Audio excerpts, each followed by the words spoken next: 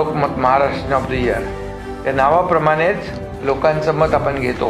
हा भारतातील सर्वात मोठा नॉन एंटरटेनमेंट पुरस्कार आहे। जे चांगलं काम करतात त्यांना चांगलं म्हणलं पाहिजे आणि ते आपण करताय।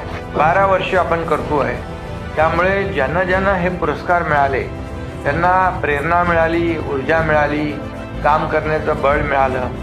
त्यामुळे खऱ्या अर्थाने ते इतर लोकांचे देखील आयडॉल ठरतात आणि इतर लोकही चांगलं काम करतात। प्रसिद्धीपासून दूर राहून मनापासून काम करतात आणि अशा लोकांना पुरस्कार दिल्यामुळे त्या पुरस्काराची देखील उंची वाढते।